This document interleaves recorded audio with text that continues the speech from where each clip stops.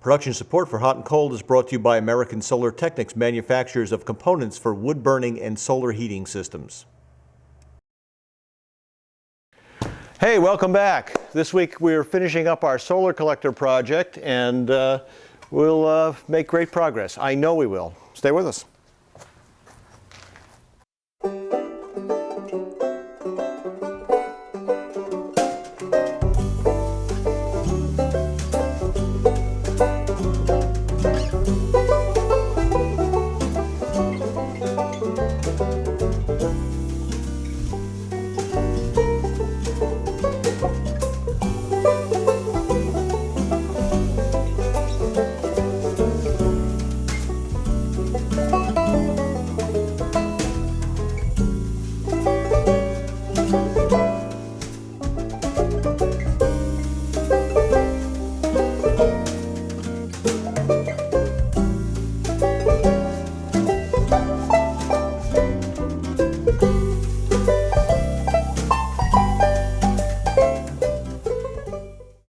All right, so if you recall last week, we spent the entire show building the solar collector box.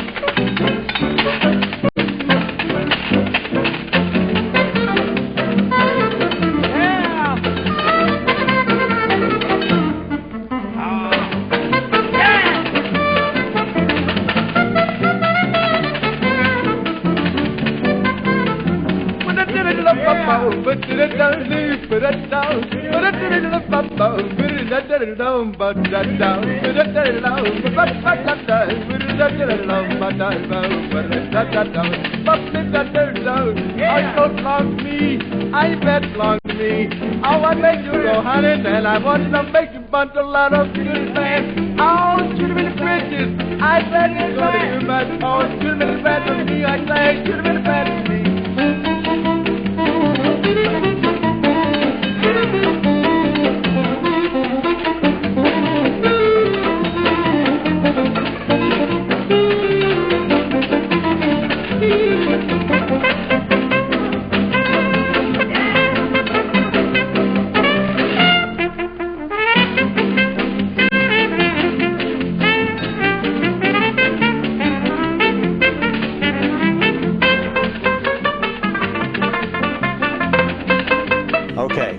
This week, the box is done, and it's structural. I can't twist it. What the heck's that all about? We've screwed the back. Okay, look at the back. Okay, we screwed the back. And the inclusion of the foam to the spindly metal frame has made it very rigid. So now we're just going to take our big. Actually, like I said, I have many steak knives. We're going to cut the foam out where the manifolds pass through.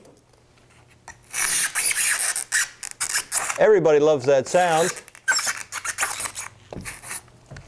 Okay, you see what we're doing? We're making a box. Oh my goodness. And we're upsetting people all over.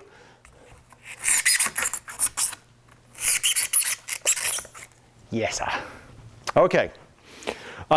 Before we drop the absorber in, I want to point out the corners of the box are caulked with silicone caulk, and then I've got them covered with a adhesive aluminum foil tape. Some people would actually take a piece of angle and screw or pop rivet that into the corner. That would work well. We don't do that. We never have, probably never. Actually, I guess we probably did at some point. You could bend gussets around and do all kinds of different things. We're not going to worry about that. We also have paid attention to the orientation of that shingling effect, and I double check that many times, and then I mark the top of the collector with a T. The T is not for Tom, the T is for top. Okay, so now I'm going to get the absorber, which is hiding over here. Okay, so here's the absorber. And this is probably a two-person operation, but I'm here by myself. And we'll drop it, not literally, hopefully, into the box. Now the unions, get the nuts out of the way. And sometimes things get a little snug, so we beat on it. It's okay. It's a big box lined with foam. We can beat on it. We've got a fin here that's wanting to not quite go in, so we'll pry, do something. Get my big knife. That's always good to use a knife as a prier, because that's something that there we go. A wonderful way to damage one's body. Okay, so now you get to see an almost completed collector. So we've got the absorber in the box. Now the absorber, the heat removal device, is inside the big box, which is its house, its insulated house. On top of that, we're going to put the glazing, but first I'm going to wash my hands because my hands got dirty because this is an old absorber. And I don't like being this dirty, and I don't want to get it all over the glazing because we want the glazing to be clear. Okay, so now we need to apply the glazing. And what we have here is the glazing material we've looked at in the past. This is double glazed Lexan. This is greenhouse glazing. It's got a rib with an airspace in between two surfaces. So it's like having an insulated window in your house. You can see there's print on this side. There's actually a plastic coating or sheet on both sides, and the inside part we need to take off because that's the side we're doing today. This is the most staticky, wonderful way to try to get electrocuted. Is this picking up, the microphone picking up any of this? It's good fun. Hopefully it's humid enough I'm not going to get electrocuted. I haven't gotten any shocks yet. Okay, so now we'll just dry fit the glazing on the collector. Now, before we fit this glazing, there's a trick. There's several things we need to be concerned about. This is the top of the collector, which means the top of the glazing. We got to peel back the protective facer on the top side, and it's just going to fight me all the way. We got this. We buy this a lot. We're a distributor for it, but you can get it at a greenhouse supply place. You can find it online as well. We need to peel back the top edge because we need to seal it. The way this glazing works, where you have this cavity, you run the risk of having moisture condense inside the cavity from outdoors. So we seal the top edge, we leave the bottom edge open, so rain doesn't get into the top. And if any moisture does get up in here, it can drain out through the bottom. So we need to seal that. And I've got some foil tape here. I'm tangled up in wires. Let me get the foil tape, and here what I have is 3-inch foil tape, which is too big. We're going to take it and cut it in half in a minute. And that'll do 2 collectors for us. So we cut it to length, which is 3 feet. And then we're going to take that and just cut it in half again, and then we'll apply it. Okay, so it's more or less cut in half. That's close enough. And we're going to take the tape, we're going to apply it to the top edge, half on one side, half on the other. So we'll just tape one end there, bring it to the other edge, pull it taut. Now whenever you use foil tape, or any tape for that matter, you always should carefully use your thumbnail to make sure you get a good bond. You want the adhesive to bond. Okay, rub that in, and we're going to fold that over, and you can see how this seals that edge. Doesn't have to be done perfectly, but it does need to be done in a way that it is sealing it. It isn't necessarily the most beautiful work I've ever done. It doesn't have to be. It's easier than caulking it. Okay, so now with that done, we're just about ready to apply the glazing. here's an issue though, whether it's glass or it's plastic, we have to protect the glazing.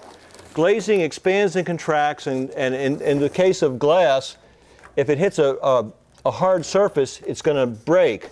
So we need to protect it with glazing tape. In this case, we can use weather stripping. In the case of the plastic here, we want this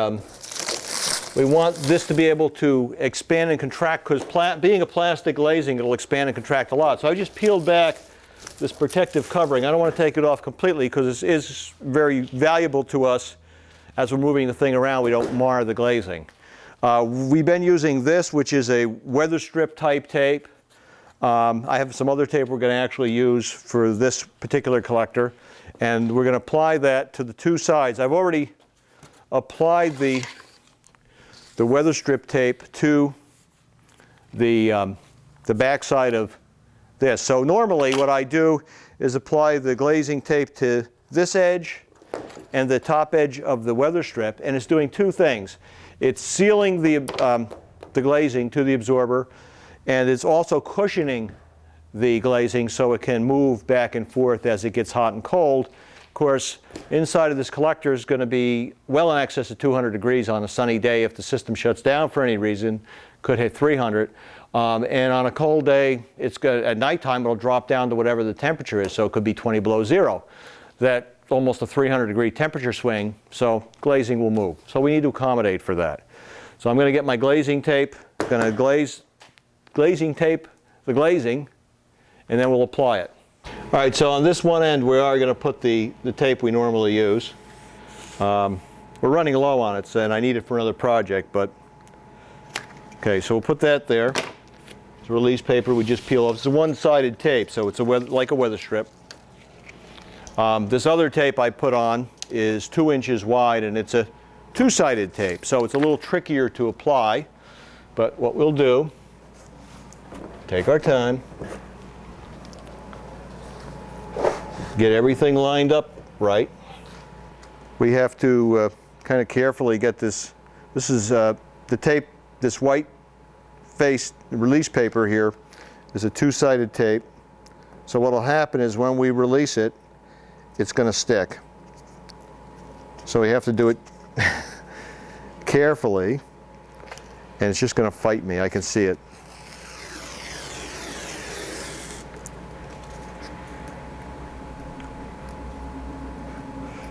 And I think we got to get my buddy Pete over here to give us a hand. Hey Pete, come here please.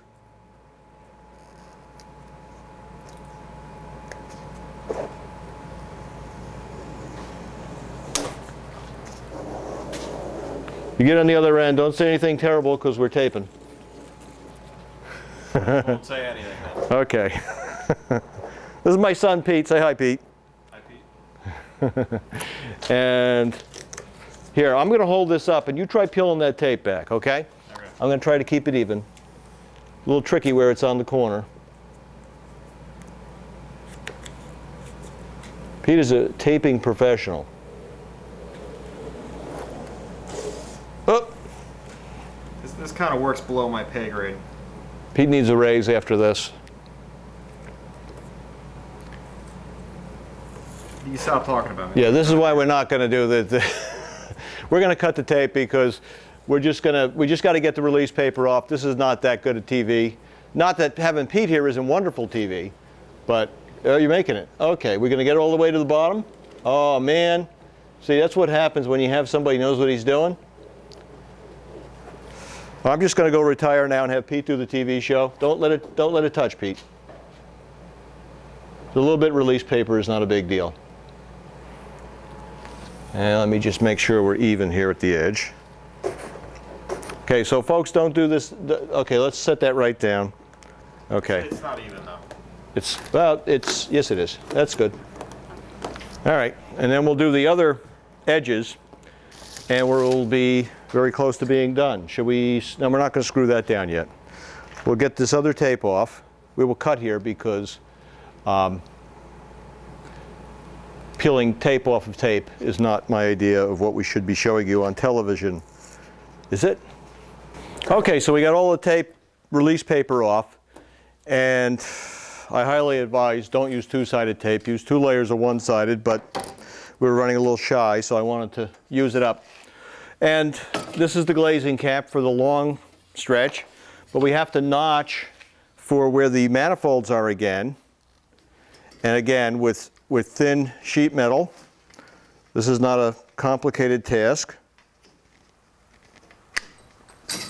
And we're just cutting sort of a half round out of that to accommodate the pipe.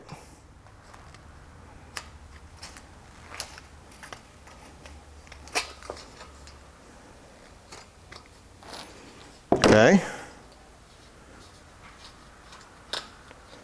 There we go. And of course, with the two-phase tape, as soon as we set it, it's going to lock right in. It's already wanting to, well, you know what? That's a little tight on this end. Let's just widen that out a little bit.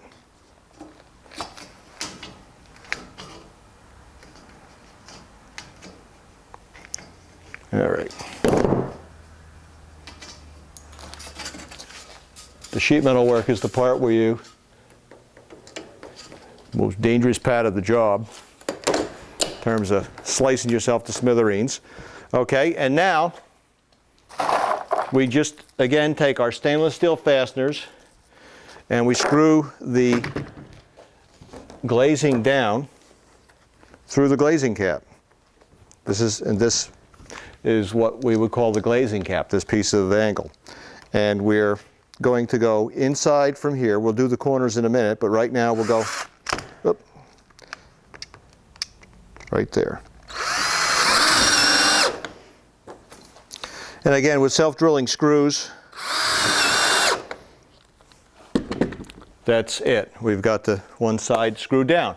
Now we've gusseted the glazing cap, this piece of angle on top, is acting as a gusset to distribute the load so it doesn't damage the plastic. And of course we've got the weather strip in there to seal it. And we do the other side and we do the two ends.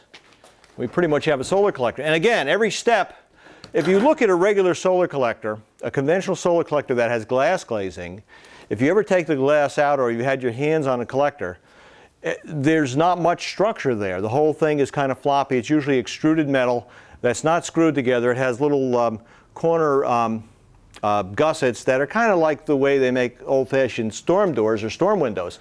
This is a little bit beefier because we have sort of composited the foam with the sheet metal. And again, I mean, you think about when I showed you last week that thin, well, the frame right here. Let me grab it again. The basic frame,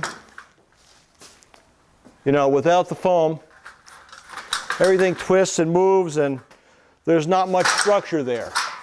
Just by compositing it with the foam, we've got something that's extremely rugged. And just wait till I got to get another long piece. Just wait till it's all done. Okay, so we got the end glazing cap here we're going to put on. And on the corners now we're going to go through this lower glazing cap and the frame. So it's going to hold everything together. So we got to make sure that everything pulls together, and it did. And whenever we do these glazing caps, we go on the two opposite ends to start with. And pull it right down, and then we put two here.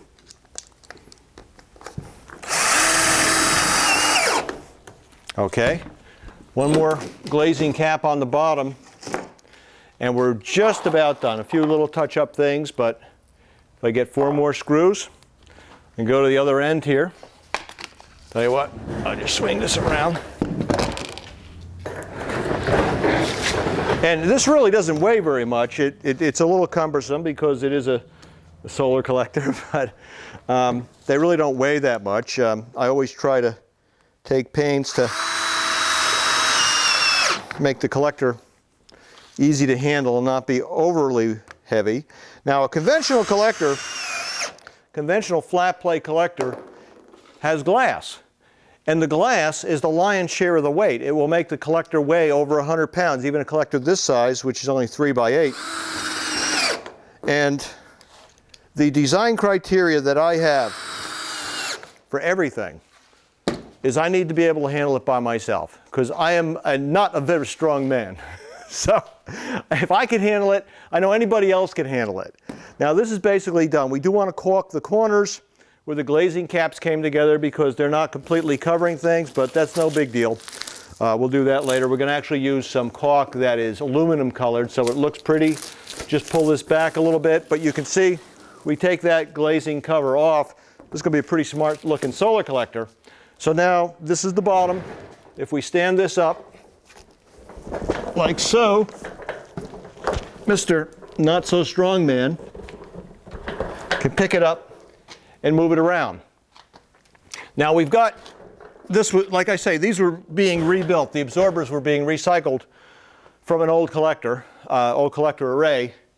And you see we have unions. There's a male and female end. They just screw together. A lot of solar collector arrays have solder-on couplings. It costs a little bit more money to do it this way, but this array, which had been up for 23 years, came down in minutes. It was very easy to take this down by just having 2 pipe wrenches, putting them on there, open up the joints, they came right apart. It's a very simple system to take down. Now to mount this, the one other thing we're going to do, I'm going to jump up on the table so I can point at things. And this is going to mount vertically. We've got 2 I-beams with pressure treated wood in it. We're going to cover the I-beams now with some ice and water shield to segregate the aluminum case from the pressure treated wood. And we're going to drill 3 holes in here, and we're going to go right down through the case. And we're going to use stainless steel screws to fasten the case to the support structure, and that will hold the collectors as we did before. One thing I didn't point out that's really important as we're doing this. See these here? Remember the manifolds? We don't put screws where the manifold is. I don't think I've ever done it, but I don't want you to do it either. You have to be very aware of where your water lines are in the solar collector and have short fasteners. All the fasteners I used that went in from the back were short enough. They did not penetrate the foam, but even so, we don't want to put them where this is. And certainly if on this glazing cap, I went here and went here. And I gave myself a lot of room on either side. There's a pipe across here. Obviously there's nothing there. There's tubes down here, but those are set in a ways. So none of these fasteners are going to be anywhere near the water channels. So we want to make sure, very critical, if you put a screw in the water channel, start all over again. You'll take it all apart. Now this is very serviceable because it's all screwed together. Yeah, we got some double stick tape. We might have to cut it if we had to get into it. We could always caulk this collector together as well. So if we were doing service on this particular one after the fact, with the tape being sticky, if it came apart hard and we had to cut it, we just cut it, do whatever we need to do to service it, put it back together. The beauty of these is the copper absorber is, of course, extremely serviceable. We haven't done the show yet on making your own absorber plate, but this gives you an idea of what a regular collector looks like, an insulated case, and if somebody saw this, they'd say, where did you buy that? And of course you did it yourself because it didn't take very long. Any sheet metal shop can fold this metal up for you. An individual collector like this might cost around $30, $40 for the case. You'll spend that in wood anyway. So you get a professional looking case that's going to be weather tight and really doesn't cost that much. The one other thing, in wrapping this up, I want to point out, because we haven't talked about it in a while, we've got double glazing here. The double glazing gives this much better thermal performance, especially in the winter time. So we're going to get a lot of heat generated by this system. We got to go, we're out of time. 2 weeks, we've done a solar collector. That's all it took. In reality, it's about an hour project per collector. And if this was a 4x8 instead of a 3x8, it would take the same amount of time. That's it. All we got to do now is hook them up. Okay. Production support for Hot and Cold is brought to you by American Solar Technics, manufacturers of components for wood burning and solar heating systems.